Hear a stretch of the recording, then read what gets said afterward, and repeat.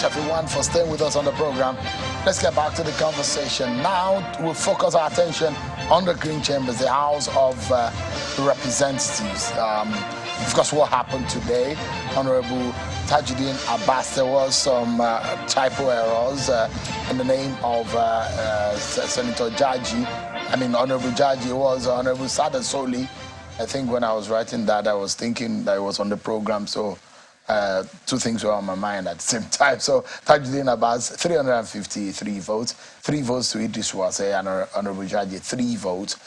I'm being joined now by Honorable Sada Soli, one of those who were in the race at the initial stage but stepped down, is of the APC from Katsina State, and Honorable Dachong Bagos is an opposition member from Plateau State, a member of the PDP. Thank you so much, gentlemen, for coming on. Thank you, Shem. You stepped down, Honorable Sada Soli. You told me you were going to go the whole hog. What happened? I went the whole hog. What was the trade about? There were a lot of dynamics playing out. Remember, we're doing politics, and politics is a game of give and take. And we went into a situation, the president of a country and the vice president of a country prevail on you, appeal to you to step down. And I think if you're a reasonable party man, you should give in to those people, and that's exactly what I did.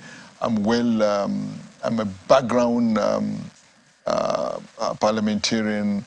I'm a good party man, and I respect elders. And for the fact that the president should say, please give it to me, I think any reasonable citizen should do that. And I yielded to the president. Well, I understand that you're one of those that the president was begging up until very late in the night. Why did it take you so long? Well, let me correct one thing. The president was not begging. The president was putting reason. Persuading you? Yes, he was trying to persuade.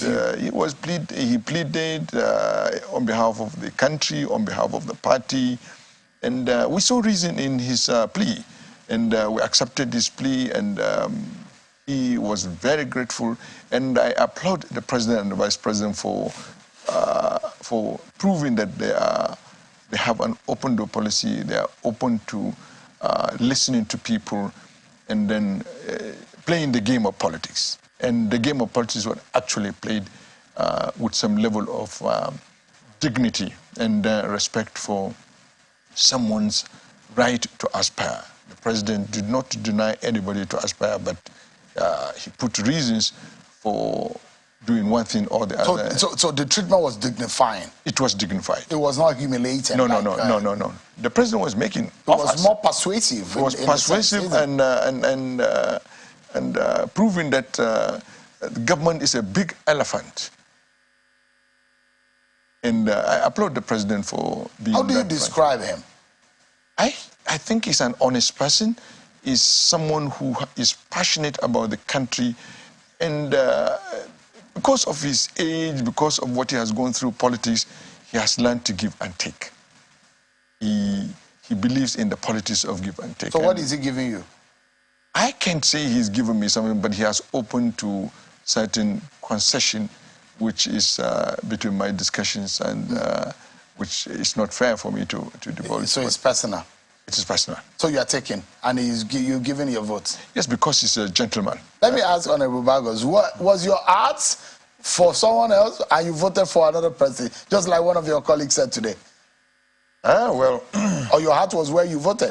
Absolutely, Sheun.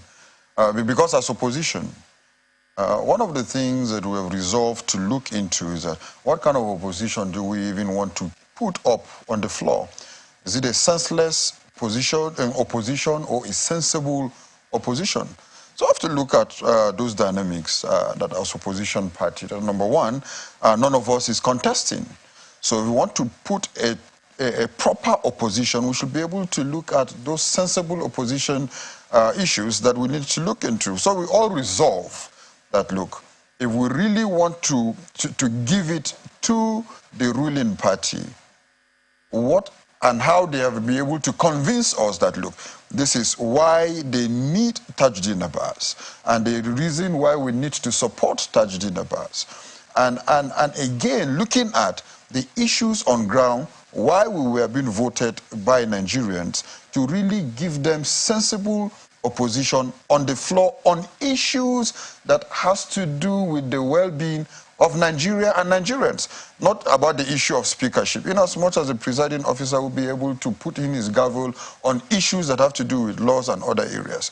So looking at what we have been able to do is a collective resolve, not that our mind was somewhere.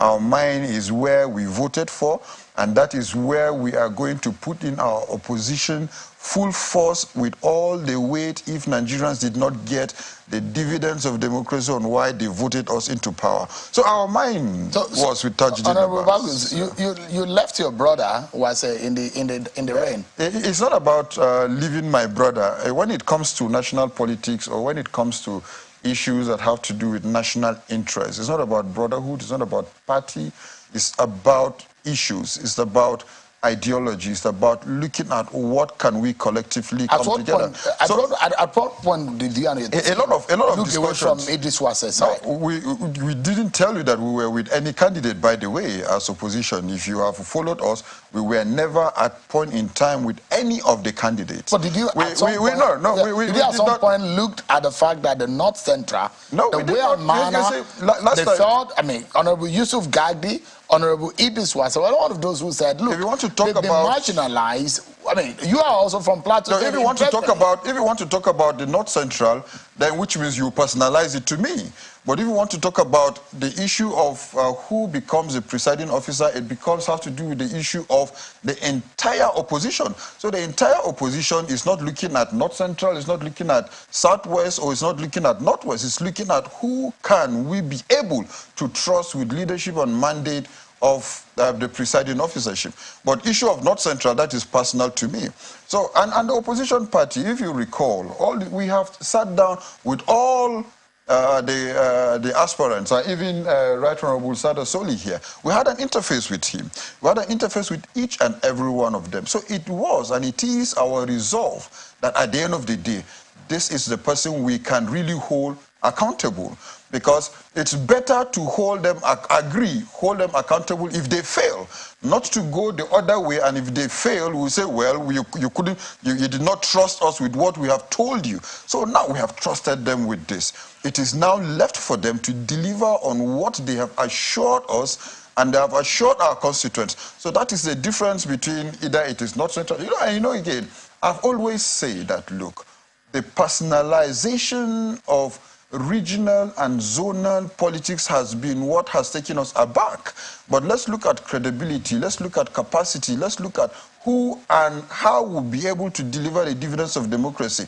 But in as much as federal character is key to guide us in who becomes what. But when we don't look at federal character, we now look at a geopolitical zone, which, yes, is a component of the federal character, then we'll be able to fail in that. Right. Yeah, so, but when the cycle goes round, look at credibility, look at federal character, then we'll be able to hit the You are the mouthpiece of your group heading into this election, and there are a lot of issues that came up.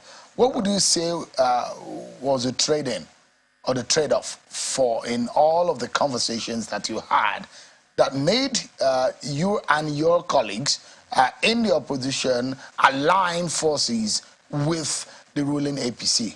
Yeah, basically, one of the things that we collectively looked at, let me tell you, the truth is that maybe it will be the first time that I will tell Sada Soli here. He was among the top contenders that we have been able to look at. And out of about 7 or 8, about 3 to 4 of them came top from our own rating, because we looked at ideology of the individual that have to do, it's not about political party, it's not about endorsement, or tomorrow you would call it rubber stamp. We look about the capacity to be able to carry the house and institutional memory. And if you look at the institutional memory of all of them, out of the top 3, top 4, you will agree with us that, look, any of them could have been the presiding officers. But zeroing on Abbas have to do with the weight that he already has as the preferred candidate of the ruling party. Because we want to look at the ruling party. What does he have above the others? No, we want to look at the ruling party tomorrow and say, look, You were the ones that said, Abbas can do this job. And if he fails, if we speak tomorrow, if we oppose tomorrow, we will not be held responsible because we are doing the duty. Are you able to oppose him when the chips are down? Well, today he's not 24 hours into office yet. But let me tell you why not. Why not? Because that is when we'll be able to talk and speak to him head up high. Because look, you gave us your word, the ruling party gave us your word. And because we are looking at sensible opposition, not senseless, or not because we are the opposing party. So anything that comes from the ruling party, it is we just oppose. Even in the face of the criticism that you guys were dogmatic, you just followed suit. No. We can't. If we were to just follow suit, we couldn't have screened them. Like I said, he is here. He was screened as well by the opposition. Let me quickly take you up on this, and I'd like you to listen to what the speaker said when he was at the villa today, and it's a major criticism of the National Assembly. And he mentioned it, and he's saying that is not what the National Assembly, with him in charge of the Green Chamber, will be. Take a listen to Honorable Tajuddin Abbas. You talk about rubber stamp. Look at the acceptance rate. Those who have elected those across party lines, almost all the whole entire PDP, SDP, ADC, and all other minority parties voted us. So if they felt that we are going to be rubber stamps, do you think they will elect us? No.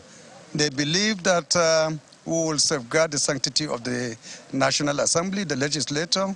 We will always separate our independence, and we will relate and be able to harmonize with the executive where necessary. But where there is a conflict of interest, where we feel that the executive is or wants to do something that is not against, is not in the interest of the public, they know that we'll stand up against that. Honorable Sada, yeah. I mean, this is a major criticism. People believe that, I mean, like I saw Senator Ali Ndume, there is a huge public distrust in public institutions, just like the National Assembly, and the belief is that it's being a rubber stamp National Assembly, especially in the 9th Assembly. How do you convince the people of Nigeria that you and your colleagues will be in rubber stamp to the executive? Well, you see, I don't even understand the meaning of rubber stamp, but be as it may, that is the public perception. And public perception is something different in the when you compare it with the realities. You see, what Mr. Speaker is saying, or said, basically is saying we will do the right thing. And then we will allow the general public to judge us fairly. And we appeal to the Nigerian public to judge the National Assembly fairly. The issue of rubber stamp, does it mean doing the right thing or yielding to a superior argument? Rubber stamp? Remember, these are independent arms of government, but they have their nuances, they have their disagreements. But that does not mean we should not come to a point whereby we will deliver to the Nigerian public. Honorable, and when you were watching my conversation with Senator Ali Ndume, and I asked him about the issue of ways and means, and he said, look, he didn't understand how that went through the Senate. And these are issues that Nigerian people will be asking. Where were you and your colleagues when this kind of thing went through the National Assembly? The reason why they criticize you as being Robert Stamp. Shehu, let me be honest with you, with due respect to Senator Ali Ndume. Do we have a role in granting the ways and means by law?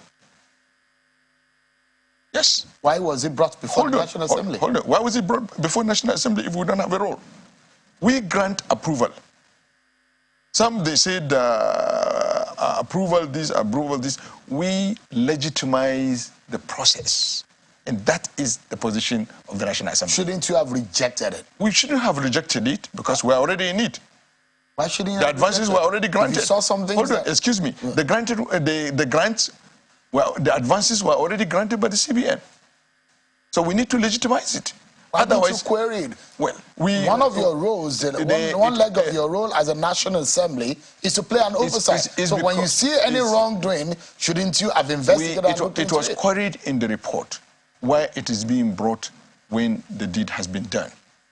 But then the deed has been done and you need to legitimize it, otherwise it will compromise federal government with its own right to approach the CBN if it requires some advances.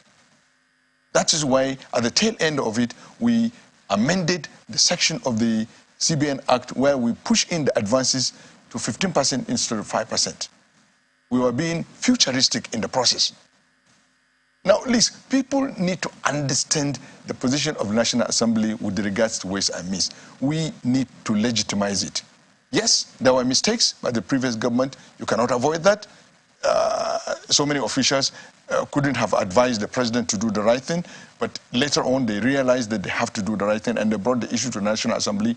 The National Assembly, not to approve it, to legitimize it. I mean, is that realization there now of the need that the Nigerian people of the 9th Assembly are slightly different from the Nigerian people of the 10th National Assembly? There seems to be a more consciousness. And we also in the media, we know that, I mean, there are possibility of you making mistakes in what you're doing. So we'll put we'll be more critical about what you do. I understand, Shaun, human beings are fallible. And remember, one of the even challenges that we may face, even the current National Assembly, is the turnover. We have 260, 250 new members.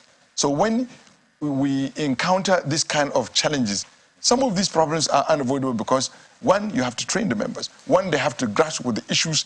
One, they have to grasp with the provisions of the Constitution, provisions of the numerous hundreds and thousands of laws that we have in the country. If you have a turnover of National Assembly like this, you got to be careful in the process of legislation. Honorable Bagos, I mean, do you feel that pressure from the Nigerian people, the need for the delivery of good governance? And if the executive is not standing up for the Nigerian people, can the 10th National Assembly do it? I mean, you said, I mean, you and your colleagues always call yourself be representing the voice of the people.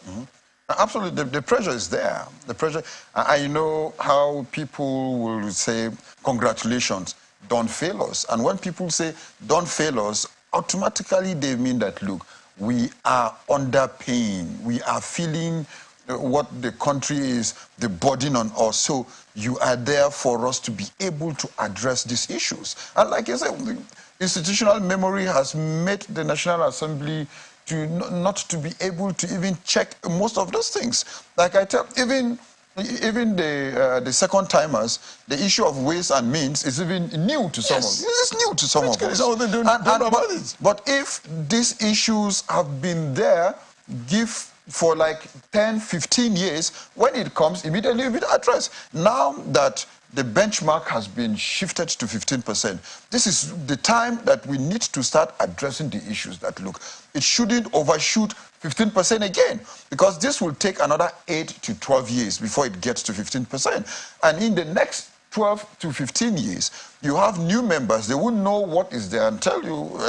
Executive will just give you what, say, oh God, this thing is okay, and sign it off. So these are issues that institutional memory is one of the great tasks that the 10th National Assembly will be able to build capacity of members. And again, let me say, I wasn't privy to the interview of the Right Honorable Speaker on saying that the opposition will hold them accountable, and which was just what I said. And those were the issues that were the major points that during his screening that we told him that in as much as we have resolved to support you, it doesn't mean that that rubber stamp or that gavel will just go through on anything. No, the resolve is just like a rope in your neck that if you make that mistake, definitely we are coming for it. Yeah. Let's close the conversation now. I'll have 30 seconds apiece. And it's the feeling out there that there were some things that happened against the usual tradition and convention, that the proceedings are supposed to be held one after the other, held simultaneously, 2 hours earlier than scheduled. these are some of the issues that have been raised to say, oh, these are means by which the politicking that came into play just to ensure that the APC had its way. 30 seconds, Honorable Sarasoli. I don't think so, but I can guess, having been in the National Assembly since 1992, I can categorically say, yes, something wrong took place. But it's not against the law, it's not against the procedure, but it's unconventional. We have broken some of the precedents that we used to have, but it was managed later on, and then I don't think it was based to shortchange anybody, or there was any suspicion, or there was any thinking of any shenanigan, because the process had to be followed. Well, he has been here since 1992, so he will really know when something. He's one of the landlords. But for me, which is one of the my second weakness in, yes, in as much as it's unconventional, is for us to now check that if we have broken the rules, if we really go again, if we go according to the rules. So in as much as it's unconventional, to me, I'm always in for change at any party level. But the most important thing, let's go according to the rules. Yes. All right. I need to warn you, though, that there are ropes around your necks. Absolutely. Just like you said. Yeah. And it is not only the people who have voted you, it's also the media. We are pulling the rope to ensure that you guys, you and your colleagues... Chairman, let me call on the attention of the media. As long as the media will do the right thing, we will be able to compliment you doing your job. Exactly. Don't look at yourself as if you are the most righteous person. Let me segment of the society. You have a big chunk of responsibility to educate the Nigerian people. And again, Honorable, we are totally out of time. Before your time, if the media had taken the Buhari meter in 2015 the way they started it, a lot of things could have been put to hold. We'll do better. I just saw. We have our eyes on you. Yes. Thank you so much, gentlemen, for coming. Honorable Sarasoli, Honorable Dachon Bagas, thank you so much indeed, gentlemen, for coming out tonight. That's it.